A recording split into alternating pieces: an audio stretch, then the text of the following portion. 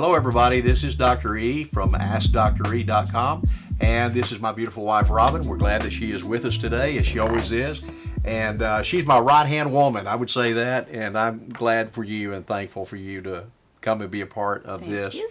Okay, we're going to kind of continue from the last video that we did. We didn't get to this particular question, but here's someone, they've lost their spouse, they've passed away. Now, we did touch on that last week, that they've lost them, they've passed away, maybe a year has gone by or whatever, and then the question comes up, should I remarry? Should I remarry? Now, that's an interesting question because it's difficult for people to go through life alone, male or female, that's for sure. I think it's harder on males than it is females. The weaker sex. I don't disagree. Sometimes Robin and I get into a wrestling match, and I've gotten where I can beat her 3 out of 5 times. Oh, boy. So, yeah.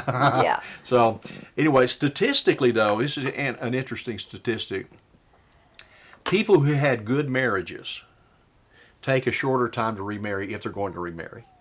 People that were in bad marriages usually will not remarry, or it might be years and years later because they had such a bad experience. So, in a way, it's almost complimentary if you get married, in a respectful amount of time because you enjoyed marriage, you love your spouse that God gave you, God chose to call them home, and now you're in a different arena in your life. Okay. And so it's important, I think, that if you're going to remarry, that you take your family along with you.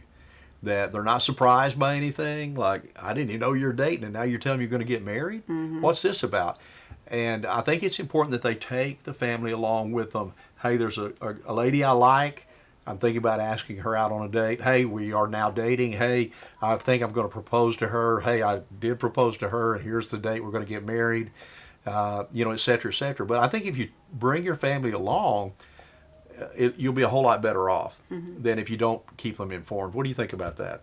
Sure. Same thing with if it's the woman and she is interested in a man. Yeah. For sure. Yeah. Now, that's interesting you say if you have a happy marriage, but you and I are poles apart. Are we not happy? We're happy. You want to get married again. I've always said I will never marry again. I don't want to get married again. Chelsea, our daughter, has told me that if something happened... You said if something happened to me, you would get married. No, again. I did not. You're making... She's Okay. lying on camera. I can't believe it. Okay. Chelsea, our daughter, said, Dad, if something ever happens to Mom, you ain't ever getting remarried again, and I will respect her wishes. So there. Good for you. All And right. I've never wanted to because, first of all, I wouldn't trust people around my children or my grandchildren. Yeah. But just never had the interest. First of all, I don't want to train another one. But I would say it this way: when you've had the best, I mean, there you go. What do you do? Okay, I'll say if I've had the best. There I you don't. go. But I just wouldn't be interested. Never have. But for some people, they do want to have. They can't live alone. That's right. I think I agree that most men are like that. We're blessed that we have our family, except for Nick, our youngest son. He lives in Dallas, but our oldest son and our daughter, they live here with all their kids, and so there'll always be something for us to do. I don't even like to really even think about that. But anyway, I think you just have to seek the Lord and ask God, what does He want you to do? What does He want you to do with your life? Does He want you to remarry? And God will give you peace about that, one way or the other. I think He will give you peace. I think it's also important that in this union, you got 2 different sets of families that are coming together. Because more than likely, the man who's the widower and the lady who's been widowed have kids and so forth. And that can create questions sure over who's going to get what, And I've had many times people come in here and say, now, Pastor, it's not about the money. It's not about the money, when my dad passes away or my mom passes away or whatever. It's not about the money. Yes, it's almost always about that. Some things are sentimental, but it'd be so much better if you could go ahead and make that decision early on, create wills independently, and then let each family know where you're at and who's going to get what.